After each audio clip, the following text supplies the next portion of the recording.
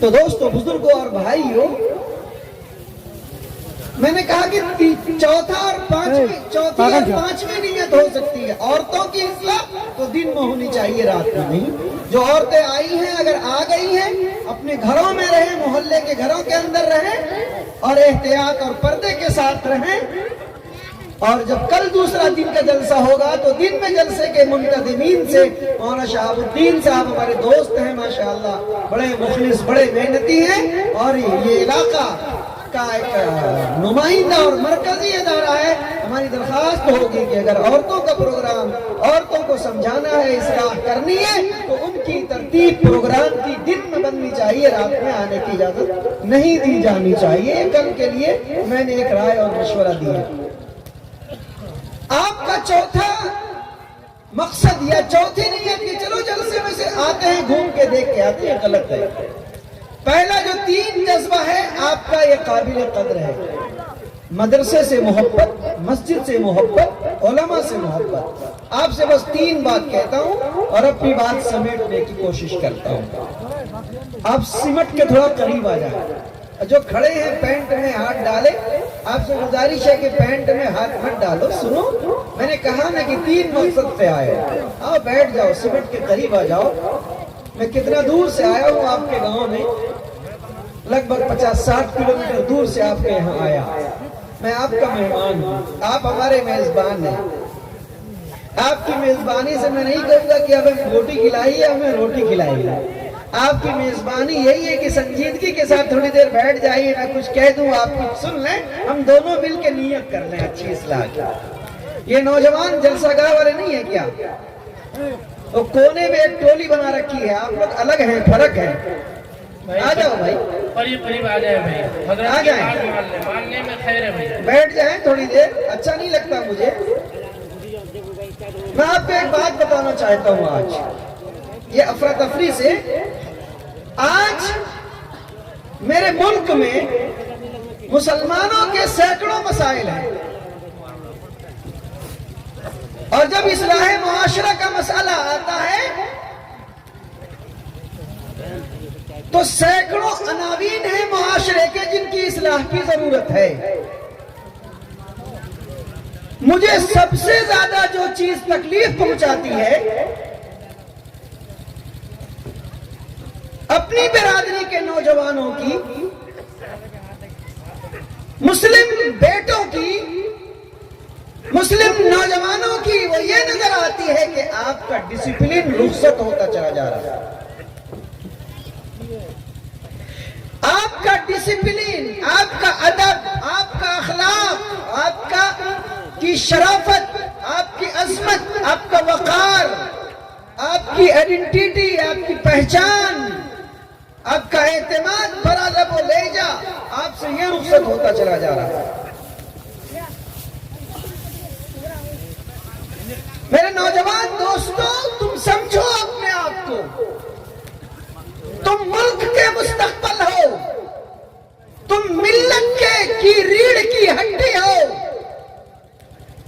نوجوانوں، تم اپنے ماں کی، تم اپنے باپ کی، تم اپنے دادا کی، تم اپنے نانا کی، تم اپنے علماء کی، تم اپنے مکھیا کی، تم اپنے MLA کی، تم اپنے MP کی، تم اپنی سیاست کی، تم اپنی قوم اور ملت کے عزائم کی، مدارس کی، مساجد کی، معاشرے کی، سماج کی، خاندان کی، اور اپنے آباء و اجداد کی تم امیدیں اور تمنائیں ہو۔ یہ دیش اور یہ ملک، یہ ملت اور یہ معاشرہ تم سے بڑی امیدیں رکھتا ہے۔ آج عبادت یا نماز ایسا لگتا ہے کہ یہ بوڑھوں کا کام رہ گیا، مولویوں کا کام رہ گیا، لولوں، لنگڑوں، اپاہج اور کمر ٹوٹے ہوئے مسلمانوں کا کام رہ گیا۔ اسی لیے مسجد میں یہی نظر آتا ہے۔ میں ایک مرتبہ رمضان میں کرلا کی مرکز والی مسجد میں لگ بھگ 1 بجے رات کو پہنچا۔ میں مسجد کی تیسری منزل پہ جب وضو کر کے گیا، میری عشاء کی نماز چھوٹی ہوئی تھی، تو میں نے دیکھا کہ ایک نوجوان انتہائی خوبصورت، لمبا تڑنگا، پینٹ اور شرٹ میں ہے، داڑھی نہیں ہے، اس کے آگے میں موبائل ایپل کا رکھا ہوا ہے،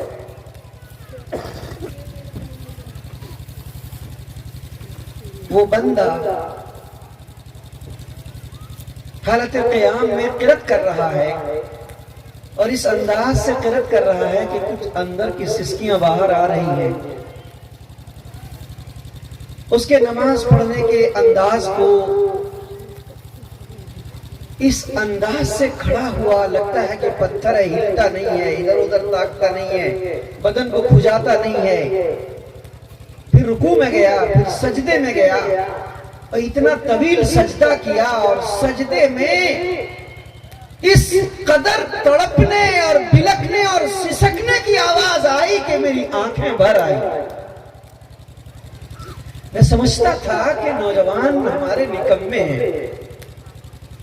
عام طور پہ ایک رجحان سوچنے کا یہی ہے، اس نوجوان کی اس رات میں رمضان کے 1 بجے تڑپنے بلکنے کو دیکھ کے میرا نظریہ بدل گیا کہ ہم جس معاشرے میں رہتے ہیں، غالباً وہاں کے نوجوان اعمال سے دور ہیں، لیکن بڑے شہروں کے وہ لوگ جو علماء سے، ائمہ سے، مساجد و مدارس سے وابستہ ہیں، وہ اس حال میں تاجر ہے، انجینئر ہے، ڈاکٹر ہے، پروفیسر ہے، ماسٹر ہے، اچھی دولت اور اچھے پیسے والا ہے۔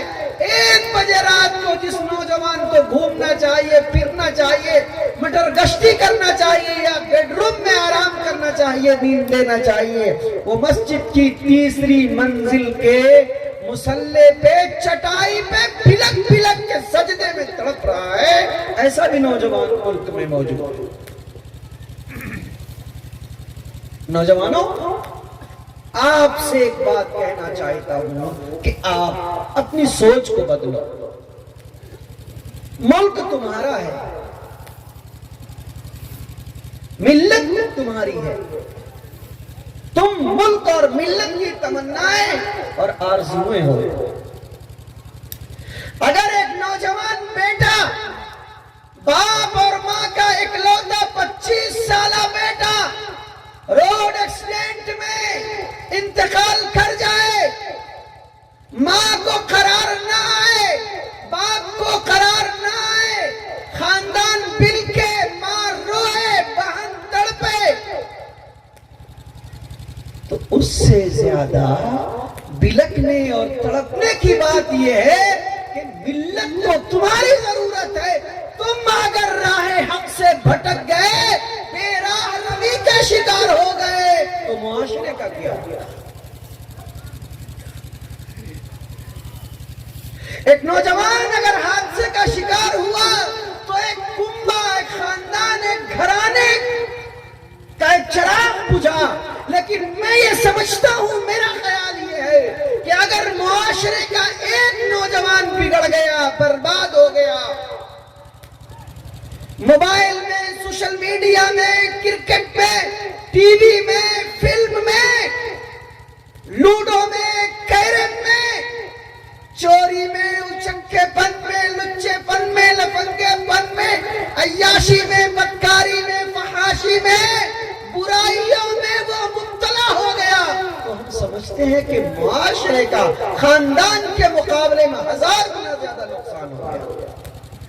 نوجوانوں، آپ سے درخواست ہے کہ آپ ملت کی نگہبانی کریے، خاندان کی نگہبانی کریے، عزم رکھیے، ارادہ رکھیے، نیت کیجیے، حوصلہ رکھیے، چہرے پہ داڑیاں سجائیے، باوقار لباس پہنیے، علماء سے صحبتیں رکھیے، نسبتیں رکھیے، ملاقاتیں کیجیے، علماء کے پاس جائیے، ملیے، پیار سے بیٹھیے، مسجدوں سے رشتہ رکھیے، 5 وقت کی نمازیں پڑھیے، کوشش جوان کے ساتھ ہو، نہ مل سکے جہاں موقع ملے، چوک پہ، چوراہے پہ، دکان میں، کھیت میں، کھلیان میں، اسکول میں، کالج میں، یونیورسٹی میں، دکان میں، آفس میں، وہی مصلی بچھا کے نماز پڑھیے۔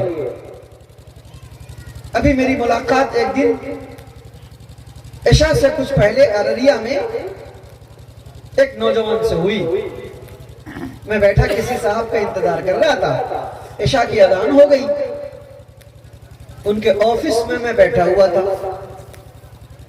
بڑے کاروباری ہیں، بڑے بزنس مین ہیں، بڑی خوبصورت چہرے پہ داڑھی، پینٹ شرٹ پہنے ہوئے۔ میں نے دیکھا کہ اس بندے کو جو ہی اذان ہوئی اس کا چہرہ بدل گیا۔ فوری طور پہ اس نے باتھ روم میں جا کے وضو کیا، ہاتھ منہ پوچھا، گھڑی بار بار دیکھنے لگا اور وہ میری طرف بار بار تک رہا تھا، کچھ کہہ نہیں رہا تھا، لیکن میرا دل یہ کہہ رہا تھا کہ یہ مجھے کہنا چاہتا ہے کہ مولانا صاحب ہم آفس بند کریں گے، جماعت کے ساتھ نماز پڑھنی ہے۔ مسجد ایک 50 قدم دور پر تھی، نماز تو مجھے بھی پڑھنا تھا، لیکن میں اس کی ایکٹیویٹی کو دیکھنا چاہتا ہے، میں سننا چاہتا تھا کہ یہ بولتا کیا ہے۔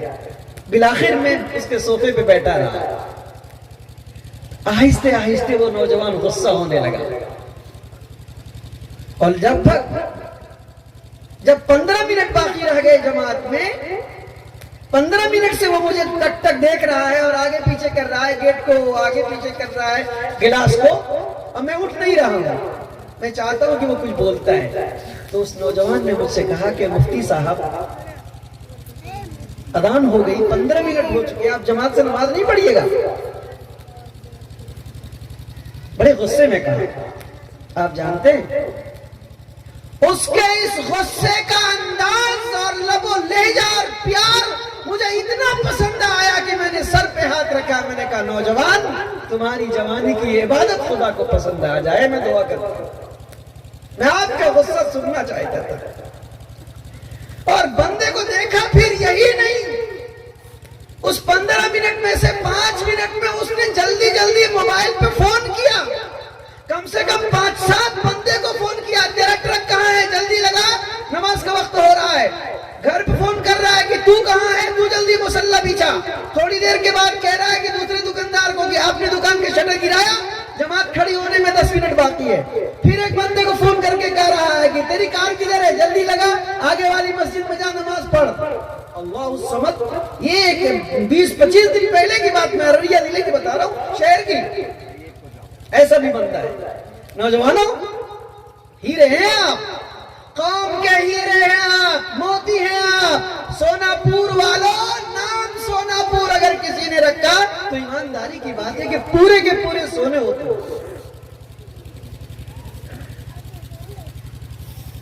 نوجوانوں بدلو اپنے آپ، چہرے پہ داڑیاں سجاؤ، مسجدوں کو آباد کرو، مدرسوں سے محبت رکھو، علماء کی صحبت میں جاؤ، سچ بولو، سچوں کے ساتھ رہو، حق پہ چلو، جمو، استقامت کے ساتھ رہو، جھوٹوں کے ساتھ، بے ایمانوں کے ساتھ، چوروں کے ساتھ، چکوں کے ساتھ، نادانوں کے ساتھ، بدتمیزوں کے ساتھ، فاتحوں کے ساتھ، مجرموں کے ساتھ، ڈاکوؤں کے ساتھ، جھوٹے مقدمہ بازوں کے ساتھ، دلالی کرنے والے، بے ایمانی کرنے والے، فحش و عیاش، ایسے لوگوں کے ساتھ صحبت مت رکھو، اللہ والوں کے ساتھ صحبت رکھو، اچھے کو دوست بناؤ، دوستی پہ جم جاؤ۔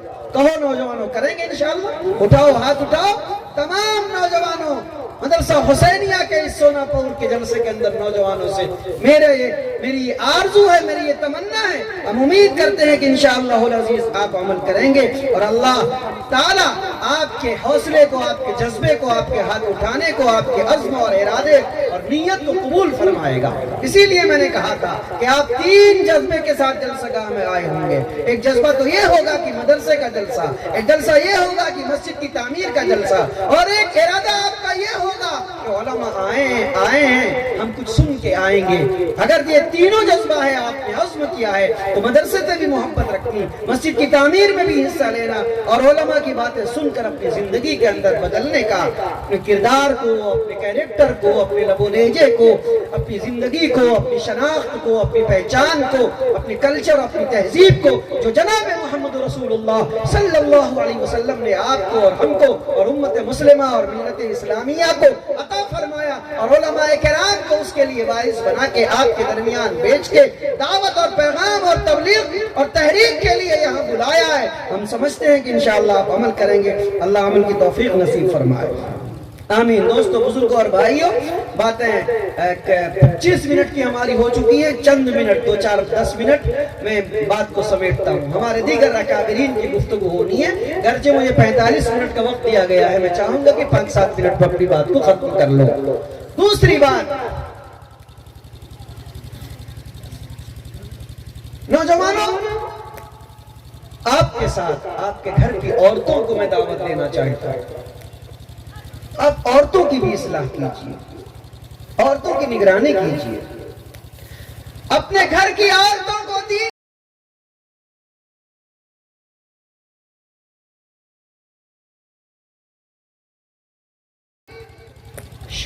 نبوی شب و روز کی تعلیم آپ دلانے کی فکر کیجیے.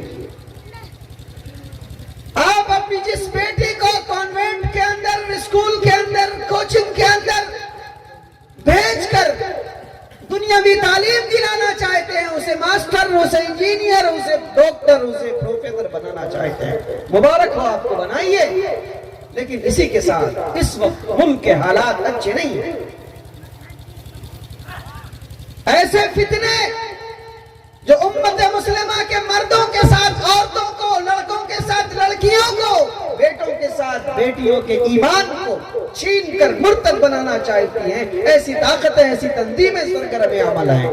آپ کو پتہ نہیں چلے گا, خاص طور پہ تعلیم یافتہ نوجوان کے گھروں میں یہ فتنہ شکیلیت. ابھی پٹنہ کے اندر رابطہ مدارس اسلامیہ عربیہ بہار کا اجلاس تھا, جس میں محتمم دارالعلوم دیوبند حضرت مولانا مفتی ابو القاسم صاحب نعمانی دامت برکاتہم امیر ملت اسلامیہ تشریف لائے, اور انہوں نے کہا تھا کہ پانی سر سے اوپر ہو چکا ہے.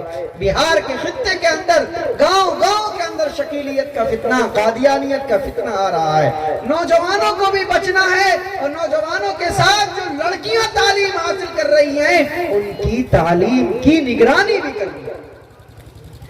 آج تعلیم کے راستے سے ہمارے بچوں کے ذہن کے اندر لادینیت اور دہریت اور ارتداد اور شکیلیت اور قادیانیت اور مسیحیت بچوں کے ذہن اور فکر کے اندر پیوست کیا جا رہا ہے. باپ اور ماں کو پتہ نہیں چل پا رہا ہے.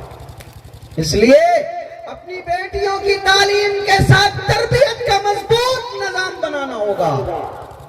میرے مطالعے, میرے تجربے اور میرے مشاہدے پہ آپ اگر یقین کریں تو آج سے 15 سے 20 سال پہلے جب میں علاقے میں تقریر کے لیے جاتا تھا یا جمعیت علماء کے کام سے یا کسی کام سے, تو ہم یہ کہتے تھے کہ ارتداد کا فتنہ, غیروں کے ساتھ فرار کا فتنہ یہ غیروں میں تھا, دوسرے اسٹیٹ کے اندر تھا.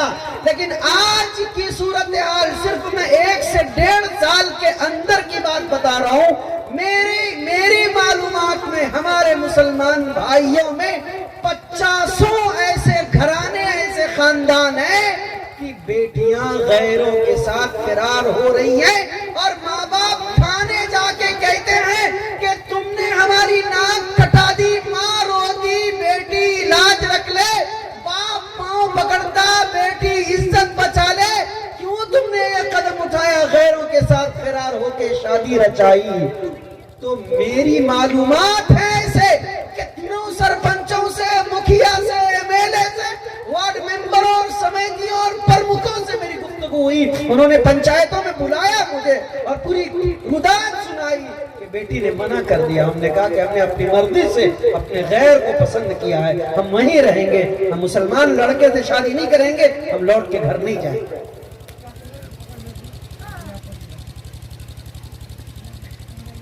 آندھی اور سیلاب اور طوفان آنے سے پہلے باندھو, گھروں کی نگرانیاں کرو,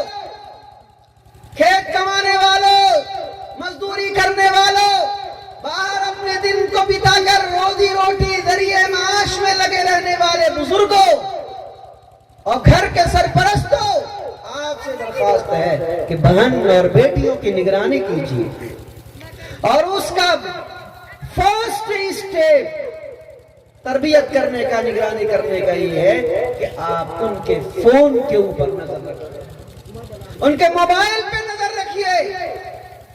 موبائل ضرورت کی چیز ہے۔ اگر اس بچی کو، آپ کی بیٹیا کو اور آپ کی بہن کو، آپ کے سماج اور محلے اور خاندان کی بچی کو ضرورت ہے تو آپ دیجئے، لیکن مس یوز نہ ہو، اس کی آپ نگرانی کرتے رہیں۔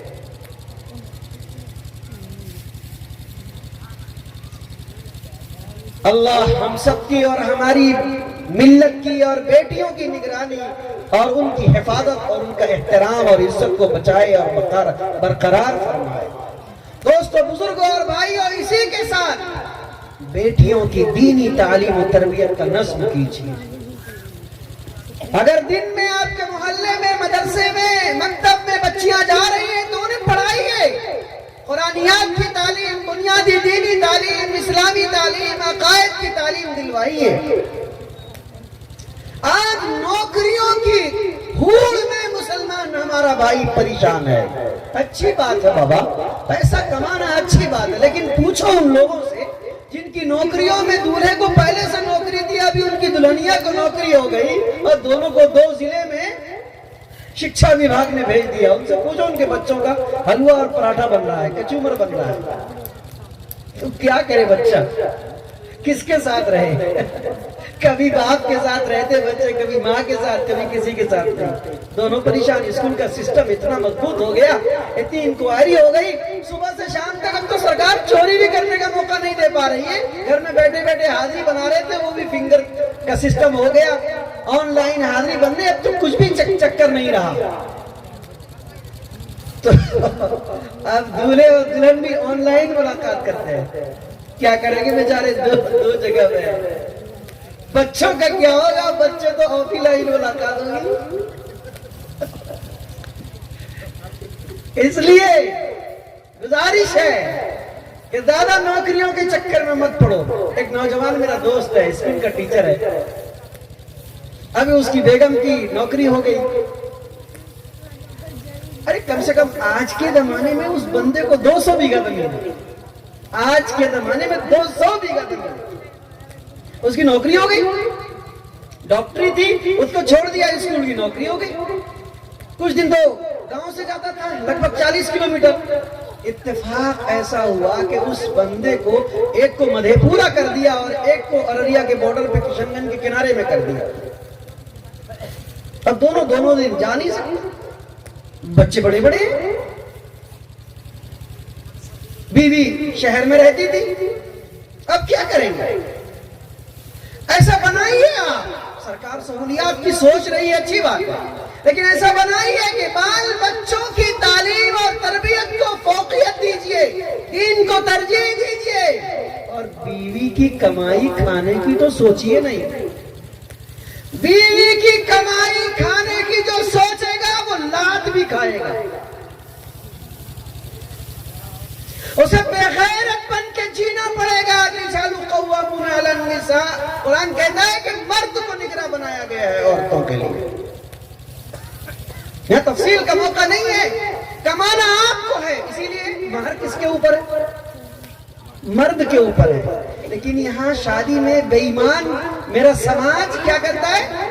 اپنی گاڑی کا، کپڑے کا، کرتا کا، پیجامہ کا، بھوج کا، بارات کی اسکارپیو کا، سب کا پیسہ کس سے لیتا ہے؟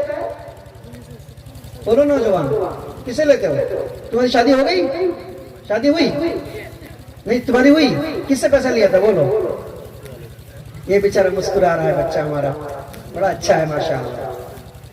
میرا سماج اتنا لولا لنگڑا ہے کہ یہ پیسے مانگتے ہیں لڑکی والے سے۔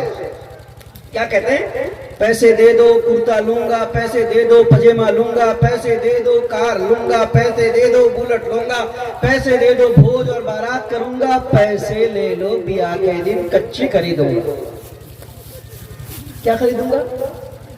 کچی۔ میں ایک جگہ نکاح پڑھا رہا تھا تو تاخیر ہو گئی، زور کے بعد پڑھانا تھا، عصر کا وقت ہو گیا، تو میں وہ جس میں لڑکا بیٹھا رہتا ہے روم میں سوالہ کے ساتھ. میں وہاں گیا, جا کے پوچھا کہ بابا اتنی تاخیر کیوں ہو رہی ہے؟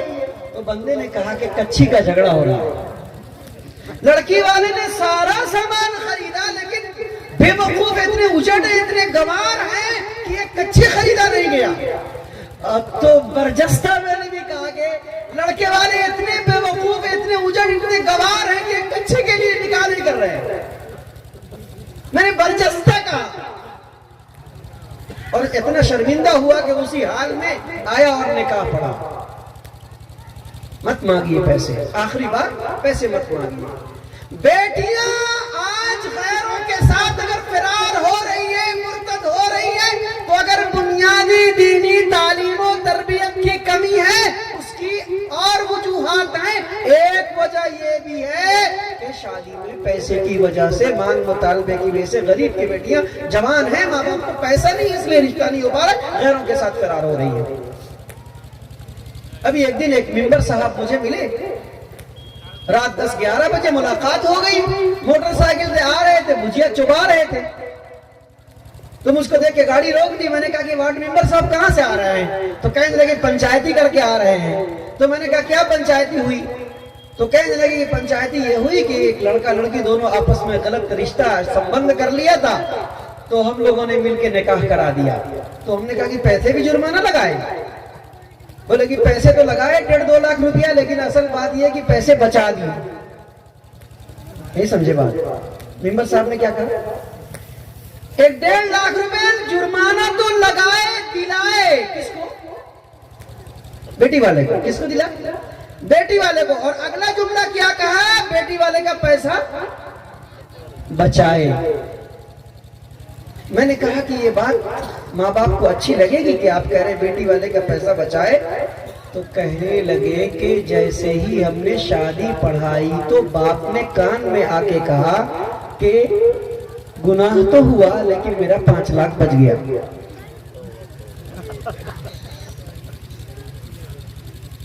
کتنے دکھ اور کتنے شرم کے بعد, کتنے قلق اور کتنے افسوس اور ملت کی زبوحالی پہ رونے کی بات ہے. نوجوانوں, بغیر پیسے کے نکاح کرو. بیٹیاں رحمت ہیں, اسے زحمت مت بناؤ.